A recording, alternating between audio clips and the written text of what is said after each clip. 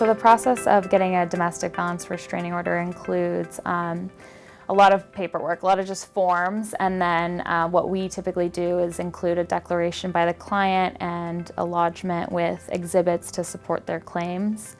It's always important to have evidence and to show the court that you're not just filing a fraudulent restraining order, which happens. And right now you can file them online, and then the court will enter it pretty quickly without a hearing, and then they'll set a hearing about 20 days down the road to get a permanent restraining order. And so when you first get the restraining order, it's temporary and it's not on anybody's record, and then once you get the permanent restraining order is when that becomes more problematic. And the hearing for the permanent restraining order it's a full-blown trial.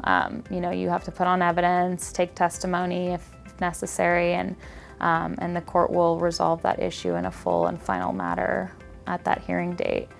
A restraining order can be in place from a year to 5 years, and then after that you would have to go back in and have it reissued by the court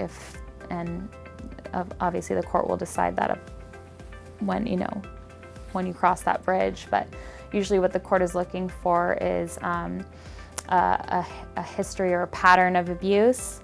One-time issues, certainly there can be a restraining order implemented for a one-time incident,